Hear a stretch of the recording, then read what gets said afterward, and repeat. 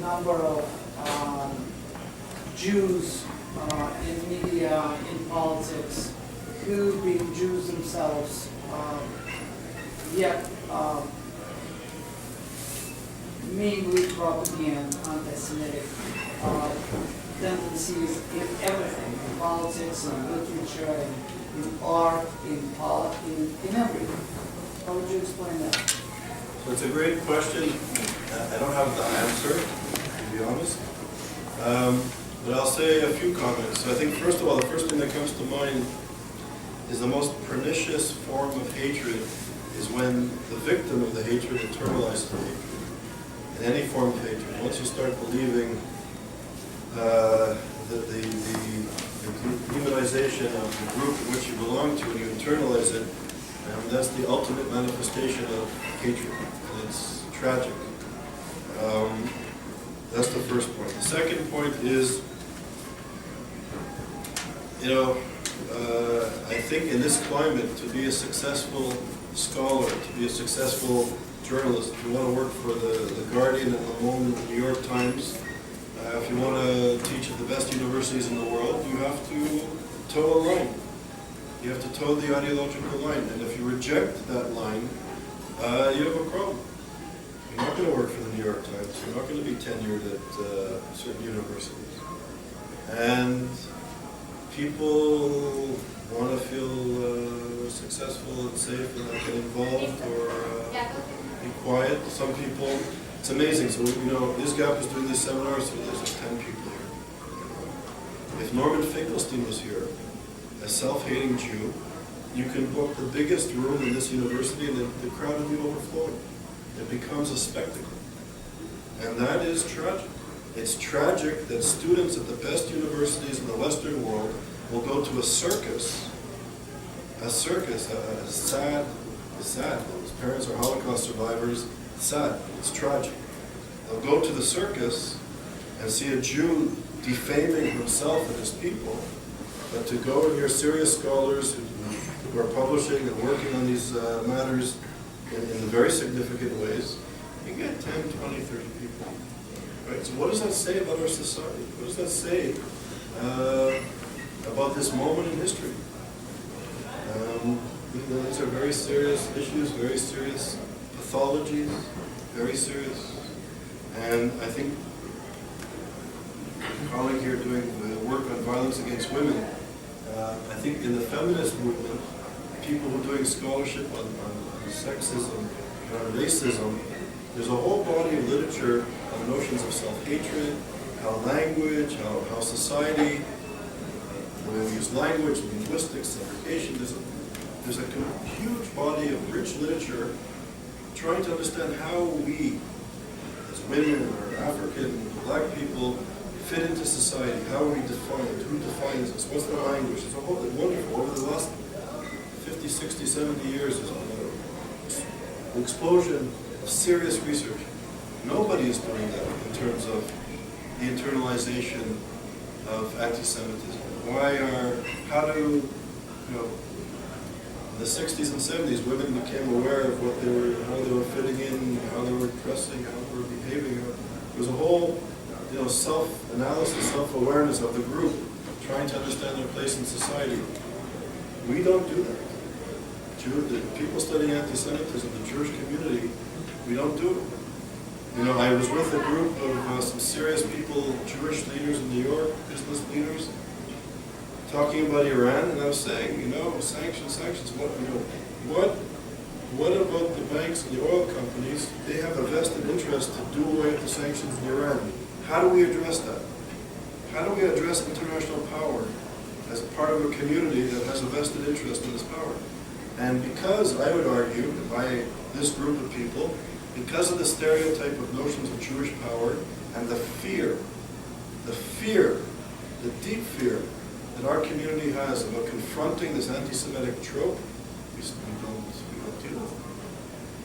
And I think, so it's a very important question, and it should be addressed, and I don't think it's being addressed adequately.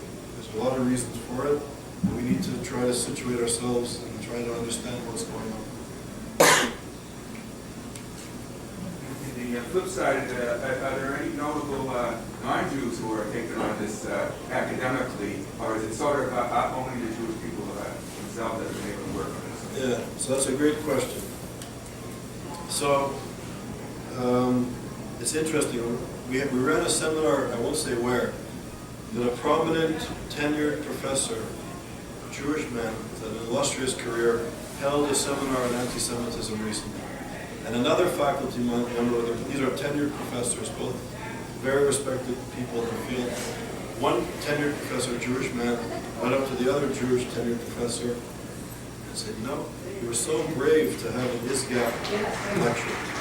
Because at many campuses, this is not a popular topic. And I told them both that they should be ashamed of themselves. Because in the university in which they live, which they work, in a major East Coast American city, the static that they get as tenured professors is nothing. And I don't think they were brave for doing what they do. I think they're obligated, and they should be responsible for doing this. I work with a group of Muslim intellectuals, scholars, theologians, who are fighting Islamism, and these guys are heroes. These guys are brilliant and bright, and they're serious people fighting for the survival of their culture, their religion, as they know it.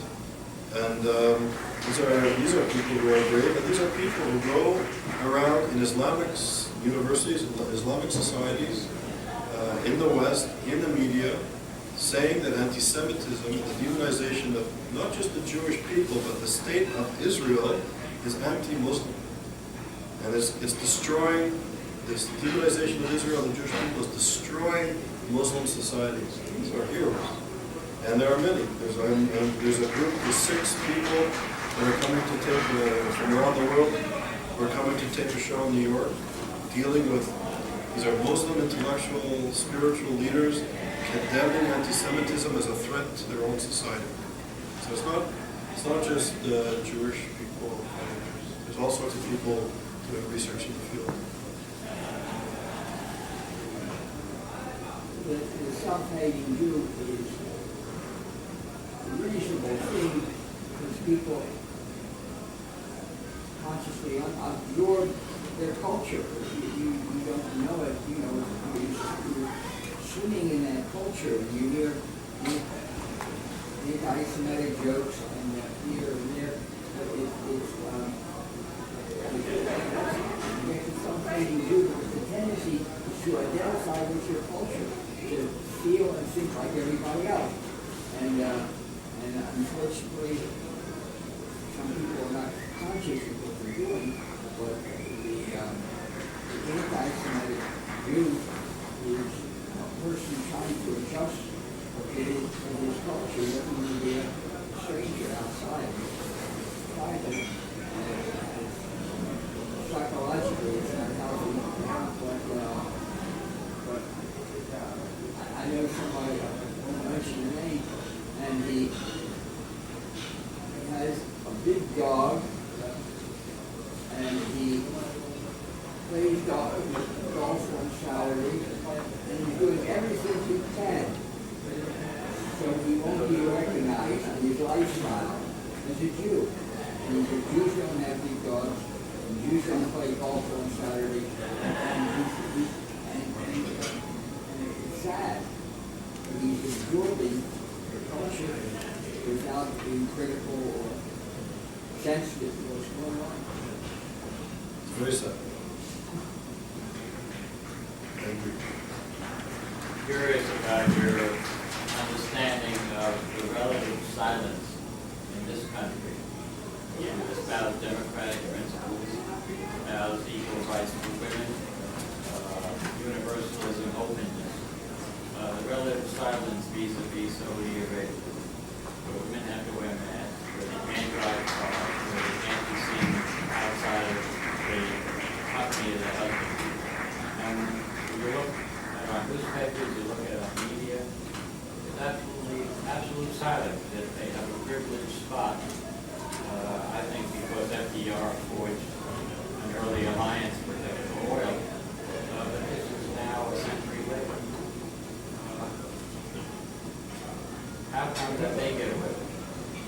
So I think it's, I was quoting people like Daniel Siboni and others who I think point to this sort of phobia and fear in the West of Islamic societies and Islamic hordes invading Europe. At one level, there's a cultural relativism. Postmodernity is all about relativism.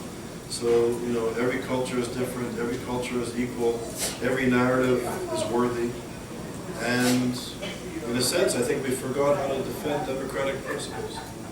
And we were saying earlier in the other session, I just wrote a book. I studied the theory, the social theory and the philosophy behind notions of multiculturalism. So I was saying that in all notions of multiculturalism, there's a balance between accepting the other, integrating the other socially, culturally, economically, politically into society as we ought to. Emmanuel Levinas famously wrote that the moment we see our face in the face of the other, that's the instant we become human.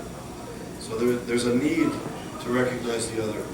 But at the same time, in a democratic society, there has to be a balance. So there's the public sphere, where there's some limitations on your freedoms. You can't do certain things in public.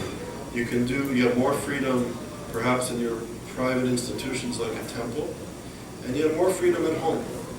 But in these spheres, in a democratic society, there's limitations on what you can do. So, for example, there are some parts of the world where honor killing, or certain types of punishment, or access to institutions are different than in a democracy. In a democracy, everybody has to be equal under the law.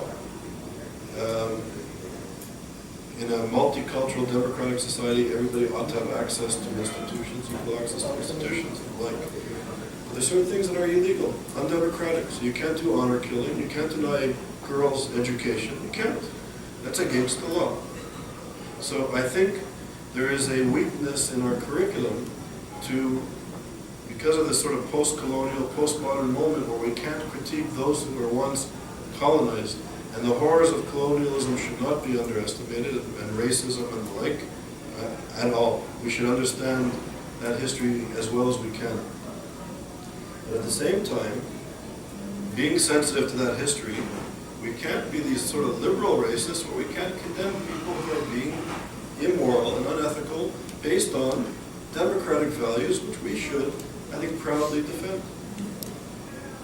So there's this sort of, I don't know if it's the melting pot theory that if you're truly a good liberal American, you have to accept the difference. No, that's paternalistic racism. It's not ethical in somebody's culture to deny girls' education. That's not the way it is. And if it is, I think we should change it.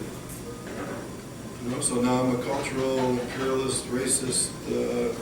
So we have, in this globalizing world, we have to take sides. We have to, take these matters seriously. For example, another interesting thing: the United States, because of the First Amendment, is the leading place for the propagating of hatred globally. The internet internet domains are largely based in the United States because of First Amendment rights, and hatred is being beamed all over the world. Well, what do we do about that? You can't just hide behind the First Amendment, because even 200 years ago, it was against the law to call fire in a theater. There's limitations. So how do we take that limitation that existed in the cinema 100 years ago, in the theater 200 years ago, and apply it to the internet? These are very important questions that, for some reason, people, we're not engaging the ideas. We're not having open, honest debates.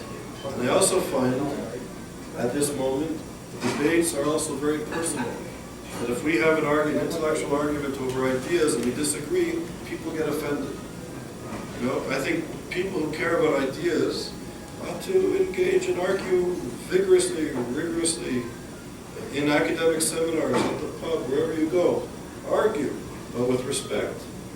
And if you don't agree, that's fine. That's actually wonderful. But be open. Give the person you're arguing with a couple of books or articles to read, and hopefully they'll read it. And when you meet next time and you continue the argument, that person, you should read the books that person's recommended, and discuss. And don't take these debates on a personal level, but in terms of ideas. And I find where like everybody's in boxes.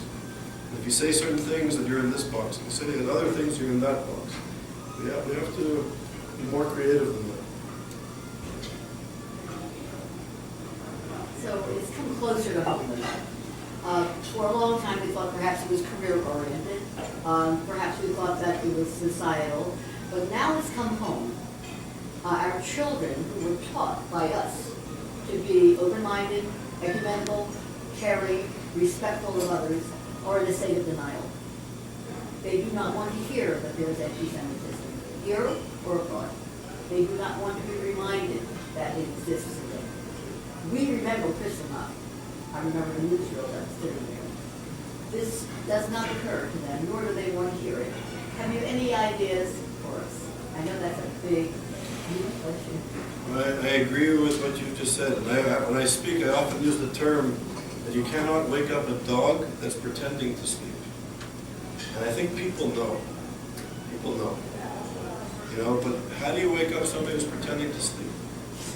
And, you know, I've been dealing with this issue for more than 10 years intensely. And look at what's happened in 10 years. You know, Iran has lost over 100,000, 125,000 Syrians, 4 million refugees from Syria. We don't even talk about it. Backed by Iran, which this administration was prepared to do what the French foreign minister, of all people, said was a con job. What's going on? Why this country, in my opinion, is at its greatest when it defends human rights. Its foreign policy is associated or connected to some form of human rights. You know, human rights and anti-Semitism by the Iranian revolutionary regime is not even discussed. It's not even paid lip service to. There's not even lip service paid to.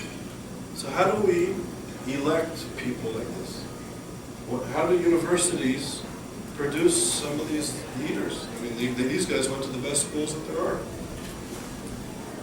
I don't know what the answer is, but we need answers. I don't know what it is. But we need conversations. You know, these are pressing needs that, you know, they say denial ain't just a river in Egypt. It's tough, and I don't know what the answer is. The issue is getting more and more and more crucial. Mr. Solomon. What do you make of the continued existence of, and robustness, I'd say, of anti-Semitism domestically? There was a piece in the New York Times like a week ago that was just, you know, taking an in-depth examination of anti-Jewish sentiment in one, you know, pocket of upstate New York. And I was personally astounded to see someone commit themselves to a quote in print in the Times that said, "We're all a community here, but we don't want Jews here." This was like you know, paraphrasing, that's the gist. And so what do you, I mean, I was personally astounded by that. What do you think, how robust do you think domestic anti-Semitism, this kind of like old American anti-Semitism of, you know, rural pockets and, you know, closed-mindedness here at home is? So it's a great question. I think anti-Semitism in this country is the elephant in the room, to be blunt. There's a history of anti-Semitism in Western societies, including the United States, Canada, South American countries, and certainly Europe. And these structures, institutions, structures of thought, philosophy, of symbols, have been there for generations, and they're here. They may not be spoken about, but they're here. But in this globalizing moment, this globalizing world, it's kind of repugnant that there's some people in rural New York, in the marginalized edges of the state, that have these views. It's unfortunate. But those people don't have much power. That's not the center of power. That bigotry is ugly. It's ugly what happened. These kids were, swastikas were painted on a girl's face. There was swastikas all over the schools. Nobody did anything about it. It's ugly, repugnant, old-fashioned anti-Semitism. But I want to ask you some questions. When the administration called in the Jews to lobby to hit Syria, and the Jews, the leaders of the Jewish community, in front of the global media, this was a very public invitation.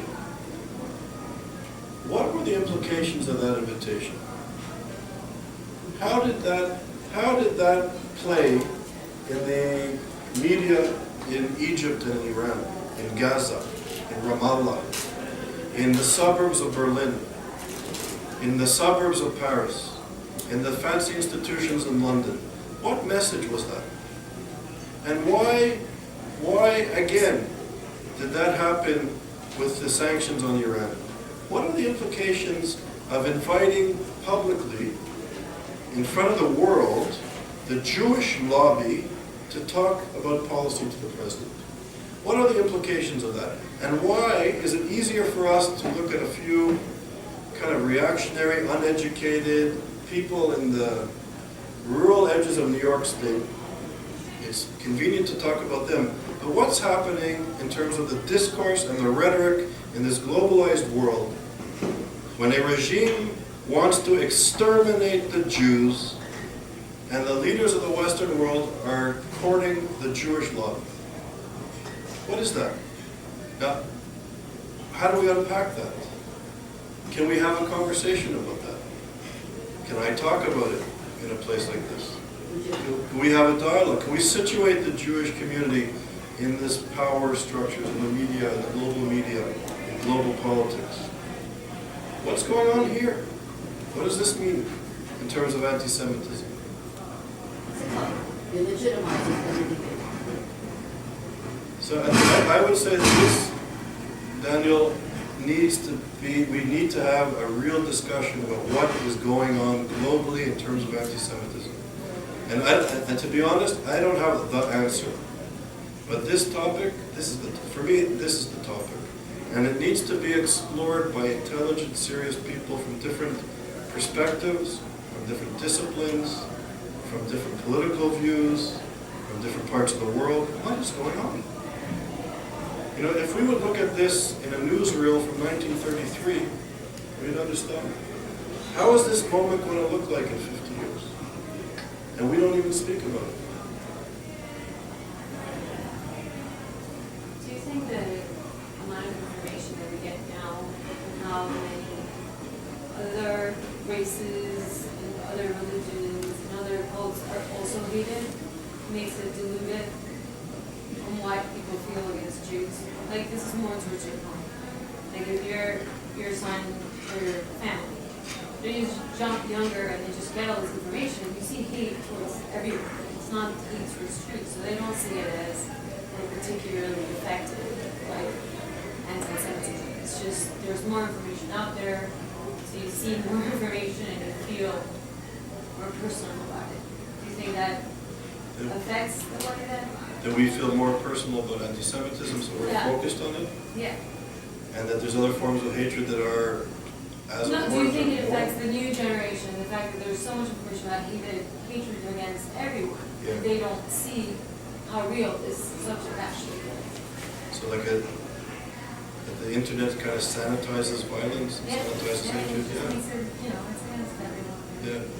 Do you think that affects, or do you think that's why people aren't here? Like, do you think that might be one of them? It's a good question. I don't know the answer. There have been studies that show that young people from the internet are becoming, what's the word? Less sensitive is another word. Desensitized to forms of violence and hatred because of the internet. So I think this information age is the effects of it is going to, we don't understand what's happening. And these type of events, there's a small turnout, but even in places like, you go to a major event at a university or a synagogue in the Jewish community, and the average age of people attending is very old. So we're something happening, and I'm not sure what it is. Mr. Solomon may know. What do you think? Sorry? What do you think the cause of the impact of the internet and Well, I personally think, I think it's important to raise the crying. Andy works in the media, he's an undergrad here, sharp guy. I mean, I think it's important to raise the crying hue against anti-Semitism and racism on the web. But I think I'm a bit more skeptical than you of the idea of censoring the web.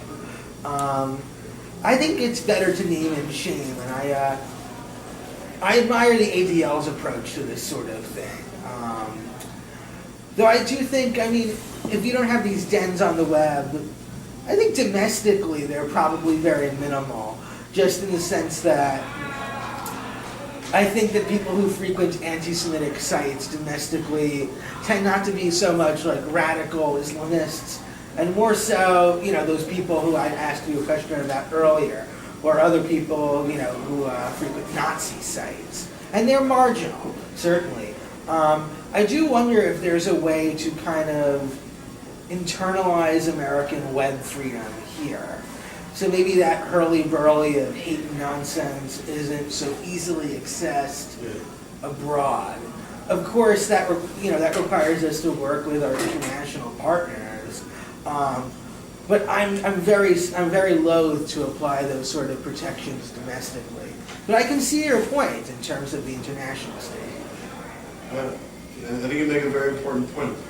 And I was going to say, in a society that is democratic and people are protected under the law, maybe it's more appropriate to allow freedom of speech, and people will wage the battle of ideas, and the truth will prevail. And freedom of speech is the way to go. Maybe you're right. Maybe limitations on freedom of speech is a problem, but in societies that are not democratic and information is controlled, this type of stuff will have, there isn't the marketplace of ideas where the truth can prevail.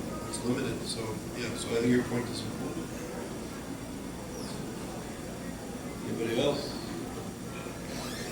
If you had the ear of the leaders, the future, no, not even the leaders, just the next generation, if you had their ear for 30-second soundbite, what would be the message that you wish that they would take, and what would you want them? What would you want their task to be in for years to come? It's a great question. I would say engage ideas, engage the political reality, and take social responsibility. Do something. The Free the Soviet Jewry movement, students did it. The African National Congress was led by the ANC Youth League. Students pushed to end apartheid. I don't know, students have disappeared from these issues. I wish they would engage them, be active, and take responsibility for their future. That's what I would say. And then have a more long conversation that can take months or years to engage, to take responsibility for now and for their future.